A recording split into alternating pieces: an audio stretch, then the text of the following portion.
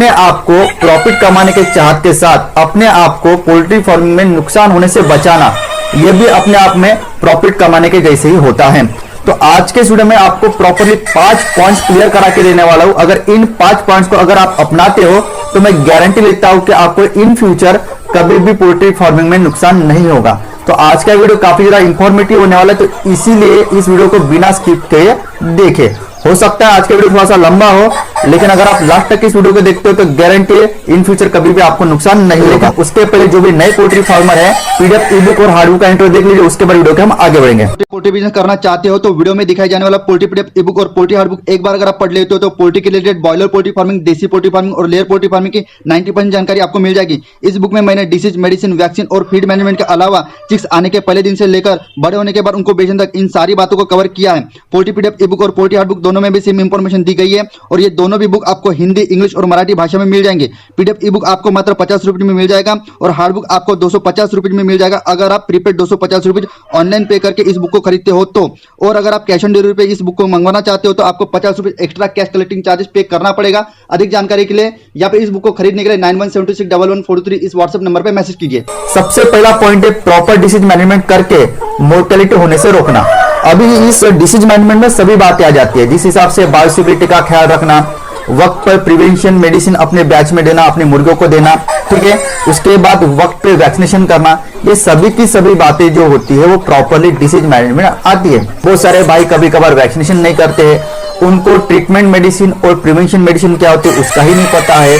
कोई भी बाहर के विजिटर्स लोगों को अपने पोल्ट्री फार्म पर वो आने देते हैं, जिसके वजह से बाकी फार्म पर से डिसीज या फिर वायरल बीमारियां उनके थ्रू उनके फार्म पर आ जाती है। इन सभी के सभी बातों को आपको अवॉइड करना है। अगर इन बातों को अगर आप अवॉइड करते हो तो आपको पहली बात तो मेडिसिन का खर्चा कम आएगा, क्योंकि आपके फार्म पर ऑलरेडी डिसीज आएंगे ही नहीं। अगर आप वक्त पर प्रिवेंशन मेडिसिन उनको देते हो, वक्त पर उनको वैक्सीनेशन करते हो, बायोसिक्योरिटी का अगर ख्याल करते हो तो फिर भी बाहर की तरफ से आपके यहाँ पर कोई भी डिसीज नहीं आएगा, ठीक है, जिससे कि आपकी मोर्टेलिटी बहुत ज्यादा हद तक कम हो जाएगी।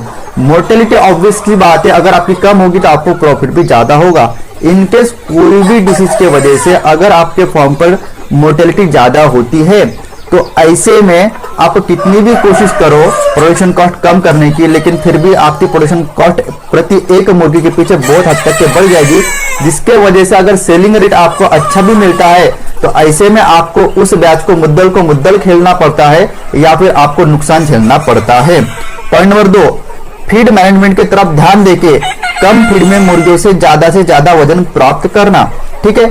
फीड मैनेजमेंट का मतलब ये नहीं होता कि मुर्गियों को 24 घंटे में सिर्फ 12 घंटे फीड देना है। फीड मैनेजमेंट का मतलब ये होता है कि अपने मुर्गियों के लिए, अपने मुर्गियों के बैच के लिए बेस्ट क्वालिटी का फीड मार्केट से चुनाव करना। अगर मार्केट में 3 से लेकर 4 कंपनी के फीड है तो उसमें से 10 से लेकर 12 पोल्ट्री फार्मर से बात करके आप उनका एफसीआर वो फीड खिला के कितना आ रहा है इसकी जानकारी निकालिए। सिर्फ एक फीड महंगा है इसलिए उसको नहीं लेना और एक फीड दूसरा सस्ता है इसीलिए उसको खिलाना, ये आपको नुकसान दे सकता है। इसलिए अगर कोई फीड बाकी फीड के मुकाबले 50 रुपए से लेकर 100 रुपए महंगा भी है, लेकिन अगर दूसरा पोल्ट्री फार्मर आपको रिव्यू दे रहा है कि भैया ये फीड 50-100 रुपए से महंगा होने के बावजूद भी मेरा एफसीआर बहुत ही कम आता है, मुझे बहुत ही अच्छा रिजल्ट ये फीड खिलाने के बाद मिल रहा है, तो ऐसे में आपको वही फीड का चुनाव करना है। ये आपको कम एफसीआर के साथ साथ प्रोडक्शन कॉस्ट भी कम देगा और उस फीड में सभी के सभी कंटेंट अच्छी तरीके से मिलाए होने की वजह से आपको प्रिवेंशन मेडिसिन का इस्तेमाल नहीं करना पड़ता और प्रिवेंशन मेडिसिन उसमें मिलाए होने की वजह से ही बाकी फीड के तुलना में वो फीड महंगा होता है, ठीक है। तो सबसे पहली तो बात आपको यही पर ध्यान देनी है। उसके साथ साथ जितने भी हो सकता है, अगर आप देसी पोल्ट्री फार्मिंग करते हो, लो कॉस्ट फीड मतलब उसमें जितने भी आते हैं, किचन वेस्ट होता है, होटल वेस्ट होता है, उस पर मैंने एक प्रॉपर्ली डेडिकेटेड वीडियो बनाया हुआ है। इस तरीके की बातों को अपना के आप अपनी फीड कॉस्ट कम करने की कोशिश कीजिए। ये सभी की सभी बातें फीड मैनेजमेंट में आ जाती है।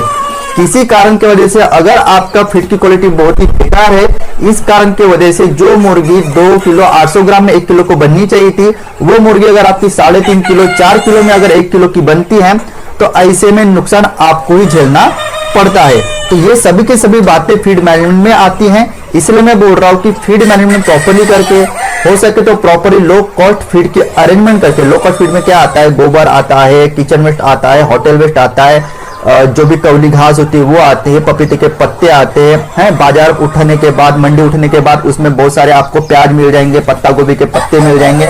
इस तरीके की बातों को खिला के आप अपनी मुर्गियों की फीड कॉस्ट कम कर सकते हो। ठीक है, तो ये सभी की सभी बातें फीड मैनेजमेंट में आती है। तो इस बातों को अपना के आपको आपकी मुर्गियों की प्रोडक्शन कॉस्ट कम करनी है। बस आप एक ही बात करते हो कि मार्केट में से एक रेडीमेड कंपनी का फीड उठा के लाते हो, मुर्गियों को खिला देते हो। तो ऐसे में बहुत बार मैंने देखा है कि बहुत सारे पोल्ट्री फार्मर भाइयों की जो प्रोडक्शन कॉस्ट होती है वो बहुत ज्यादा बढ़ जाती है। ऐसे में उनको सेलिंग रेट अच्छा खासा मिलने के बावजूद भी एक तो उनको मनचाहा प्रॉफिट नहीं मिलता, या फिर मुद्दल को मुद्दल उनको पैसे मिलते, मतलब 1.5 लाख रुपए इन्वेस्ट किए, मुर्गियां बेचने के बाद फिर उनको 1.5 लाख ही रिटर्न में वापस मिले। इसीलिए मैं बोल रहा हूं कि फीड मैनेजमेंट की तरफ ध्यान देखिए, अपनी प्रोडक्शन कॉस्ट कम कीजिए ताकि आप इन फ्यूचर में प्रॉफिट अच्छे तरीके से कमा सकोगे। पॉइंट नंबर 3, पोल्ट्री फार्मिंग के लिए सही ब्रीड का चुनाव करना। ठीक है, आप पोल्ट्री फार्मिंग करना चाहते हो, आपने डाला ब्रॉयलर की बैच, लेकिन ब्रॉयलर पोल्ट्री फार्मिंग की तुलना में जिस भी एरिया में आप पोल्ट्री फार्मिंग कर रहे हो उसमें अगर देसी पोल्ट्री फार्मिंग में अच्छा खासा मुनाफा है तो ऐसे में आप पोल्ट्री फार्मिंग ब्रॉयलर की करके खुद के पैरों पर खुद ही कुल्हाड़ी मार रहे हो। ठीक है, तो इसलिए मैं पहले बोल रहा हूं कि पोल्ट्री फार्मिंग करने के पहले आप अपने एरिया वाइज आपको ब्रॉयलर की डिमांड ज्यादा है या फिर देसी पोल्ट्री फार्मिंग की डिमांड ज्यादा है, तो देसी पोल्ट्री फार्मिंग करना चाहते हो तो फिर मेरे एरिया में डबल एफजी की ब्रीड अच्छी रहेगी, डीपी क्रॉस सोनाली की ब्रीड अच्छी रहेगी, या फिर कड़कनाथ की ब्रीड अच्छी रहेगी। अगर मैं मेट्रो सिटीज में रहता हूं तो मैं गारंटेड बोल सकता हूं कि डीपी क्रॉस सोनाली ब्रीड्स के मुकाबले कड़कनाथ की वहां पर डिमांड अच्छी खासी होती है। तो ऐसे में आपको कड़कनाथ कराना बहुत ही बेस्ट होता है। इस हिसाब से मार्केट का अंदाजा लेके पोल्ट्री फार्मिंग के लिए सही ब्रीड का चुनाव करना बहुत ही ज्यादा जरूरी होता है, क्योंकि अगर आप चुनाव करने में फेल हो गए तो 100% आप नुकसान की तरफ चले जाते हो।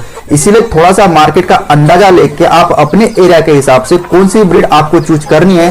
क्या आपको लेयर पोल्ट्री फार्मिंग करना बेस्ट रहेगा, ठीक है, क्या आपको ब्रॉयलर पोल्ट्री फार्मिंग करना बेस्ट रहेगा या फिर देसी पोल्ट्री फार्मिंग करना बेस्ट रहेगा, उसका पहले का स्पेसिफिक तौर पर मार्केट का अंदाजा लेके ब्रीड का चुनाव कीजिए। पॉइंट नंबर 4, अल्टरनेटिव बैचेस के बजाय ऑल इन ऑल आउट के रूल को अपनाना। मैंने बहुत सारे पोल्ट्री फार्म पर देखा है कि रेगुलर बेसिस पर हमारे तरफ मुर्गियों का प्रोडक्शन होते रही है, इसीलिए अगर उनके पास मान के चलिए अगर 3000 स्क्वायर फीट का अगर शेड है तो वहां पर वो 3 पार्टीशन बना लेते हैं और हर एक 15-20 दिनों के बाद हजार की बैच वहां पर अल्टरनेटिव तरीके से डालते हैं। लेकिन मैं सजेस्ट करूंगा कि अल्टरनेटिव बैचेस के बजाय आप डायरेक्टली 3000 स्क्वायर फीट में 3000 मुर्गियों की बैच डालें।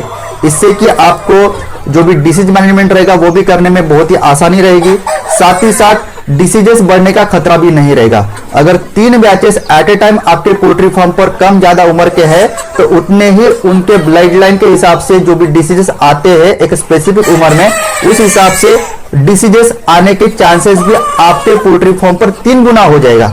और इसके अलावा भी बहुत सारी बातें होती है, इसके ऊपर भी मैंने एक प्रॉपर्ली डेडिकेटेड वीडियो बनाया हुआ है कि क्यों आपको अल्टरनेटिव बैचेस नहीं डालना है।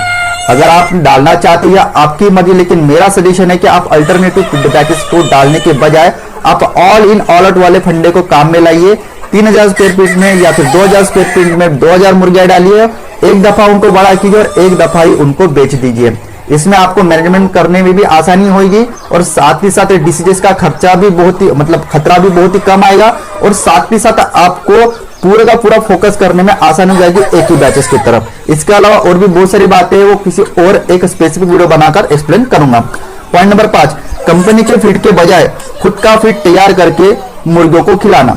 मैं ऐसा क्यों कह रहा हूं, सबसे पहले उसके पीछे बहुत बड़ा कारण है, क्योंकि जो भी आपकी प्रोडक्शन कॉस्ट एक मुर्गी के पीछे आती है उसमें 75% से लेकर 80% जो कॉस्ट आती है वो सिर्फ और सिर्फ अपने फीड की होती है, मुर्गियों की फीड की होती है। ऐसे में अगर आप खुद का फीड बना के मुर्गियों को खिलाते हो तो कंपनी के रेडीमेड फीड से वो आपको पहली बात तो सस्ता गिरेगा, इससे कि हर एक मुर्गी के पीछे आप 15 रुपए से लेकर 20 रुपए की बचत कर सकते हो, या फिर दूसरे लैंग्वेज में बोले तो आप 15 रुपए से लेकर 20 रुपए एक मुर्गी के पीछे प्रॉफिट ज्यादा कमा सकते हो। क्योंकि जो भी 15 रुपए से लेकर 20 रुपए जो प्रॉफिट होता है, अगर आप रेडीमेड कंपनी का फीड खिलवाते हो तो ऐसे में वो प्रॉफिट कंपनी वालों के जेब में जा रहा है। दूसरी बात, कंपनी वाली जो भी होती है वो अपने कंपनी के फीड में कौन से कंपोजिशंस मिलाते हैं या फिर कौन से कंपनी उसमें नहीं मिलाए हुए इसके बारे में हमें बिल्कुल भी जानकारी नहीं होती। बहुत बार आपने देखा होगा कि कंपनी का फीड आप इस्तेमाल करते हो कोई स्पेसिफिक कंपनी का, तो डायरेक्टली वो कंपनी का फीड खिलाने के बाद डायरेक्टली आपके मुर्गों को डायरिया हो जाता है, कभी कभार उनको सीआरडी पकड़ लेती है, कभी कभार कोई कंपनी का फीड खिलाने के बाद आपको कॉक्सिडियोसिस का प्रॉब्लम ज्यादा फेस करना पड़ता है। ऐसा क्यों होता है? कंपनी अपने फीड की कीमत कम से कम रखने की कोशिश करती है, ठीक है, जिससे कि उनकी प्रॉफिट मार्जिन ज्यादा मिले, लेकिन इस चक्कर में वो अपने फीड में ना ही प्रिवेंशन के तौर पर कॉक्सिडियोसिस पाउडर मिलाते हैं, ना ही प्रिवेंशन के तौर पर सीआरडी और इकोली के लिए कोई प्रिवेंशन पाउडर मिलाते हैं, ठीक है। इसके वजह से आपके मुर्गियों को कोई स्पेसिफिक कंपनी का फीड खिलाने के बाद कॉक्सिडियोसिस का प्रॉब्लम फेस करना पड़ता है, डायरिया का प्रॉब्लम फेस करना पड़ता है, सीआरडी और इकोली का प्रॉब्लम फेस करना पड़ता है। हर कंपनी की मैं बात नहीं बोल रहा हूं, लेकिन जो लोकल कंपनियां होती है ऐसे में आपको प्रॉब्लम ज्यादा फेस करना पड़ता है।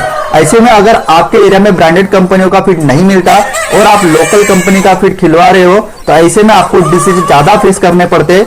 सही में बता रहा हूं, बहुत बार कंपनी जो भी वेस्ट होने वाली जो भी मेडिसिन होती है, वेस्ट होने वाला जो मटेरियल होता है, बहुत ही लो क्वालिटी का मक्का होता है, वो भी इस्तेमाल कर देते हैं, क्योंकि ऑर्डर्स उनको ज्यादा आ जाते हैं। ऐसे में उनके पास स्टॉक नहीं होता तो उसी से वो काम चलवा लेते हैं। ऐसे में उनकी तो जेब भरी जा रही है, उनको तो प्रॉफिट हो रहा है, लेकिन नुकसान एक पोल्ट्री फार्मर का होता है।